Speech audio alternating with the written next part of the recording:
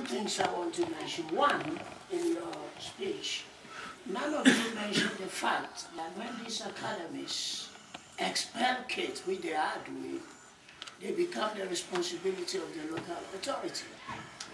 Now, as the government has been privatizing health, it has already privatized prisons. Is it going to set up special privatized schools to take in expelled kids? Or is it going to leave it with the education, local authorities? I think what is happening is reach a stage where we should really get up and say enough is enough. Because that cabinet, none of them knows anything about normal schools. They went to their eating and whatnot and played their games. They don't know what happens in normal schools. But we are swallowing everything they bring up, because all they want to do is make profit. They don't care how they make it, they just want to make profit. And I think majority of the population went to normal schools, their children go to normal schools. So I think it's about time that people got up and said, look, we're not doing what you are saying, and make sure they never vote them into power again, because they are the enemies. Thank you very much for that. If we could take that question first.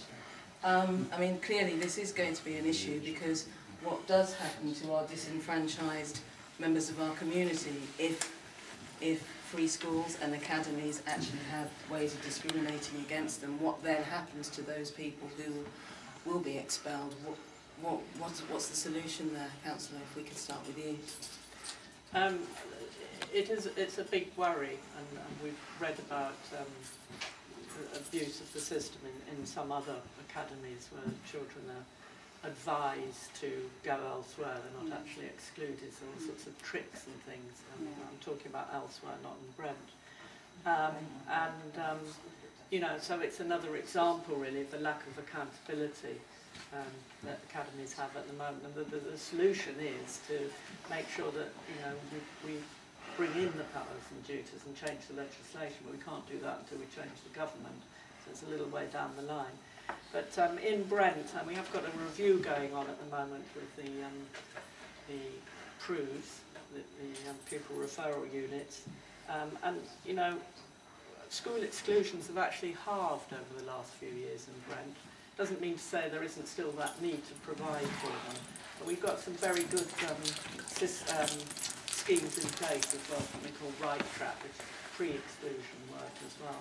So, you know, a good local authority, I think, can mitigate against children being left out or dropping through the net. And we obviously, in our Children's Families Plan, have very strong policies and priorities to support vulnerable children. And that, of course, includes children with disabilities, special education needs.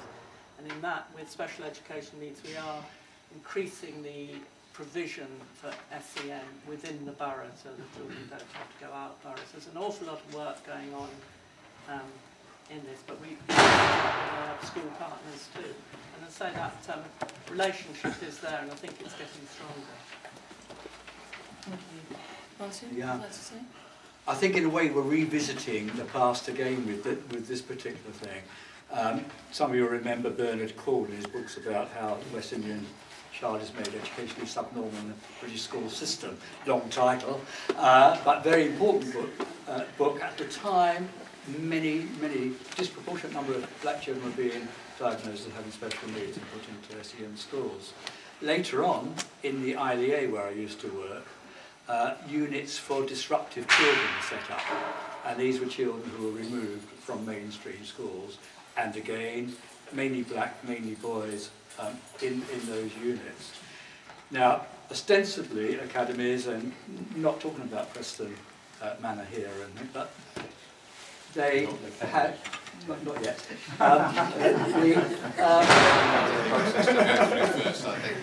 Okay, no. Yeah, the admissions may look equal, but then what happens after that is that in the first year, children are weeded out, not just black children, but any child who's going to affect the eventual examination results for that school. And it is a concern. When they were first set up, the number of exclusions and expulsions were were high in that first year in academies. And don't know if you've got any figures in Brent. I don't think it is the case, is it? No. But as academies become more common and as the competition between schools becomes more extreme, I'm sure that we'll see that happen. It's a form of selection after the event of transferring into secondary school. Thank you. Hank, would you like I'll to try and go respond ahead? to all three at once, and I think if we do that, it's going to speed it up. Disability or trouble in school and those low achieving, obviously if you want to get the best results, you keep them out. And also disabled because it costs more again for you. That's going to happen unless you absolutely prevent it. And obviously the more separate schools there are, the more they will try it on both overt and covert. On the co-op thing, obviously my answer is yes, if it's a good school, that's what it should do in the first place. My also point about the co-op, by the way, I'm not completely simplistic, but anyhow, there is a gradation with academies. I'd sooner have a standalone academy than a chain. I'd sooner have some chains than other chains. The co-op, if it's involved in academy, I prefer trust schools, obviously, but what a view is better than art, in my view. But the point is, local authorities have done a good job previously, and local schools have done a good job. Okay, they've been attacked for ideological reasons. We should have been able to carry on just building up good local school for everybody, who would take everybody, the disabled, the low achievers, and what have you, and we would make sure that they were, had a fair crack of the whip. So that's why I also think a co-op isn't a co-op. It's not owned and run by the workers. Great, let's have that. You're going to propose that, and I'll agree with it. Okay, the parents as well will run the blinking schools. No, that isn't what it's about. Okay, so that you've got to understand, in my view, that's why. I'm not saying that some things you're suggesting are reasonable. They are, but any school, I would hope, would be doing those things. And of course, the co-op isn't funding it; the state's funding it. It's a state-funded school, and therefore we are the people basically who should be deciding as taxpayers exactly how that is run and what's done. Thank you. I'll just say quickly that obviously admissions, everybody said it, are absolutely key. If schools are allowed to keep certain children out and their success is deemed on league tables and exams, then that is one is going to follow the other. But I think one of the things that hasn't come out in the meeting, and it relates to what you said, is you said, why don't all parents resist? The trouble is that what Gove is doing is empowering certain sorts of parents. He's empowering those parents who don't want to be at school with a whole range of children, but those parents who want to be at school with children like themselves. I think that's, the statistics on the first tranche of free schools was very clear that there were significantly lower numbers of children on free school meals than local schools there. And that's partly what the free school movement is about. It's also about religious separation. And then I think we have to be honest that there are parents who are afraid of the local school because they've been told that it's no good.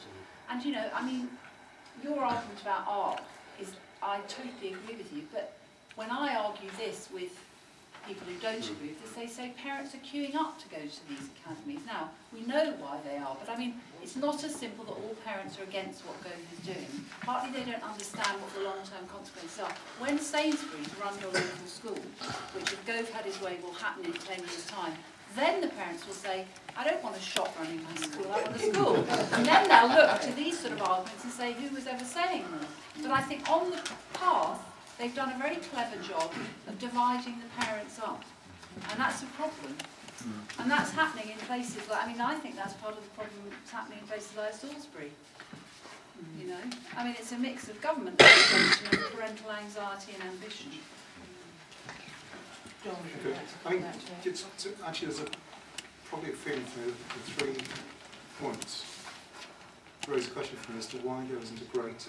Hank talked earlier about resistance, and I think there's a case for certain types of resistance that might be more effective, as in legal challenge. In terms of admissions that clearly breach equality of opportunity, use equality of opportunity legislation to say that is unacceptable.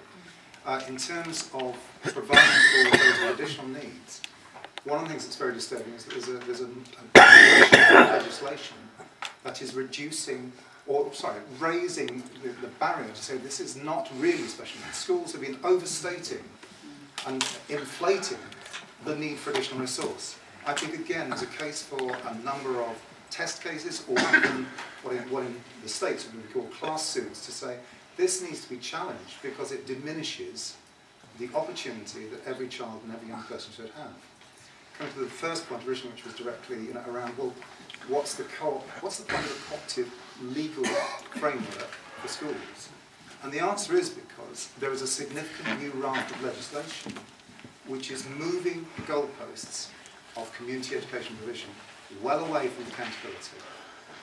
The co-op design, which some schools buy into and think that's right, builds back in a legal framework that commits to long-term partnership, regardless of personality. Having been in education, Hank's right. Good people do good things. But then you get a change of circumstances, a change of leadership, or a school in a very bad place, and a number of pieces of collaboration go out of the window. They do not exist. They are no longer the priority because resourcing is finite or whatever it may be. And the cooperative model that schools are adopting, and saying that works for me, puts a binding commitment to a set of practices, educational practices, and a set of relationships that will continue regardless of whether there's a change of head or a change of governors. And the interesting thing about the trust model in particular, that there are 320 schools now that are using that as a possible legal barrier to saying we do not want to be forced into a status because it is a legal entity. Now, those are the considerations, but I think, at the heart of those 3 points, I think there are some opportunities to use constructively, proactively, a challenge on legal terms to say this shouldn't be happening. What are the alternatives? But I think those schools and those governing bodies who said, well, this particular framework of a legal organisation does bind us into a local community, does bind us to accountability, and binds us into long-term best practice education. Thank you. Yes, right, so question. I'm Roxanne Shire, I'm a councillor in Brent and chair of Brent Children and Families Overview and Scrutiny Committee. I'd just like to come back to some of the points that Melissa said. Obviously segregation is going to be a big issue. Transparency, in particular financial transparency. Recently we brought financial irregularities of Brent schools to the committee, and I dread to think, what's going to go on, how is that going to, how are academies going to, and free schools going to be accountable at all? How can we try and get some transparency there when it comes to finances or any potential misappropriation of public funds within schools? And I think it is important that we do look at the changing landscape, and as Chair of Overview and Scrutiny, that is something I can commit to on the work programme for the next 12 months, is to actually bring the Academy's issue to scrutiny. And Mary and I have discussed maybe there is a bigger role for the Scrutiny Committee on the Council, particularly now with more of a changing landscape.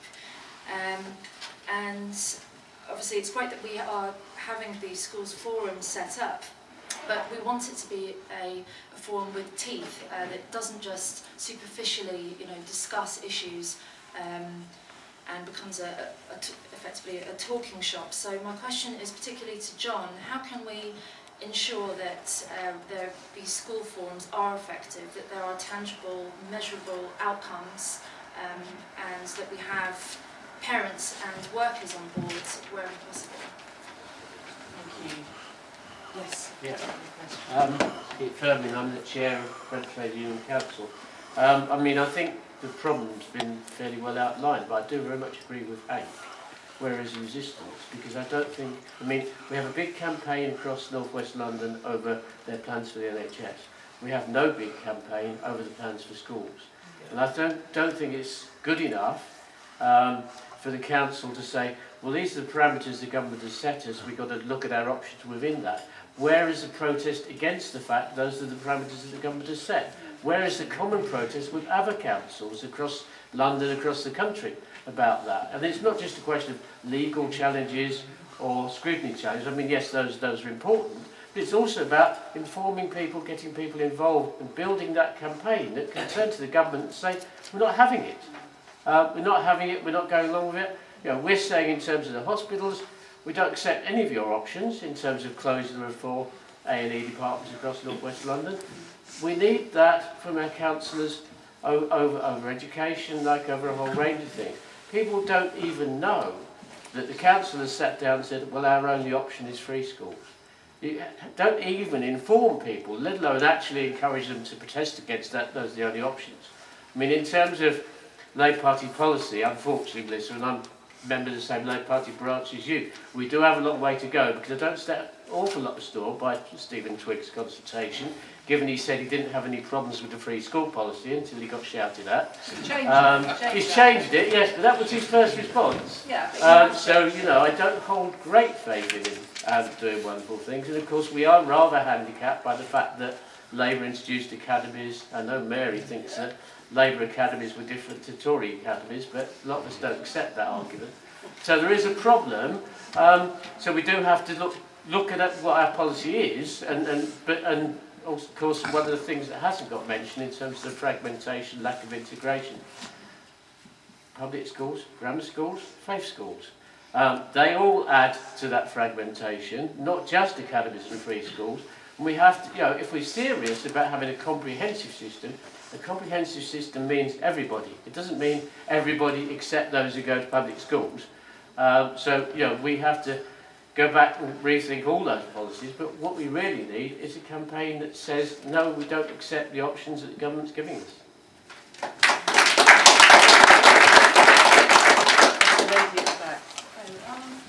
For John O'Connor, it was the Interim Education Board. I would like you to explain a bit more what that is, and would like you to be on something like that. We've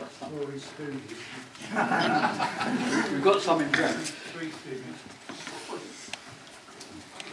Sorry, Do you want to take that one? Would you like to start with that one? Do you want to take 2 or 3? I thought, Oh, Sarah, sorry. Yeah, I'd like to go back to where Martin left off because he wasn't able to finish. I would like to say that what he said about where's the child in all this actually went to the centre of what I am and where I come from, because I started teaching in 1959 and I was an early years teacher in Brent for more than 30 years. I'm now a grandmother of a girl who's just left QPCS to go to Glasgow University, who will be saddled with 4 years' worth of duties. grandmother, right? And also of a boy at Gladstone Park School who has recently been given a diagnosis of Asperger's, which makes me very much, I'm concerned from my own experience as I think I'd better say, child-centred teacher, about the mega primary schools that there are going to be, but most of all on behalf of children with special educational needs. I think the whole landscape for them is becoming far more difficult, and children on the autistic spectrum and with Asperger's find a large institution incredibly hard to relate to. So that's part of it. I want to go on from there to say that for the sake of the children, resistance is the key. Because children are at the centre of education, or should be, not profits, not systems, but children, resistance is the key, and our children are suffering from every single attack that is coming from this government on every part of the welfare state, as their parents' benefits are cut, as their parents' housing conditions are worsened, as schools stop providing hot meals, all these things, as breakfast clubs close, all these things are impinging on our kids and their future. And resistance, I think, means we've got to resist all those things at once and start off on the 20th of October with everybody who hates what is being done to our welfare state getting together out on the street on that TUC demo. Everybody who works, everybody who doesn't work, everybody who's retired, everybody who's unemployed, resisting together to give all the people who are involved the confidence to take that resistance further and do what Keith said, say no to these things, For the sake of the children, we must not put up with it. I'll tell you one tiny story. I asked my grandson, you know, as a teacher, when we say good morning to the children, instead of calling the register and say good morning so-and-so, we'd say it in lots of different languages, they would answer. I said, what do you have to say to your teacher when she says good afternoon to you? And he said, we say our targets. I very nearly burst into tears at 6. Thanks very much for that. Yes, yes please. I'll just try and pick up a couple of things that we asked. I've looped this little set together. I think I'm sort of, you know, very sympathetic to a colleague here who talked about the need for better quality information.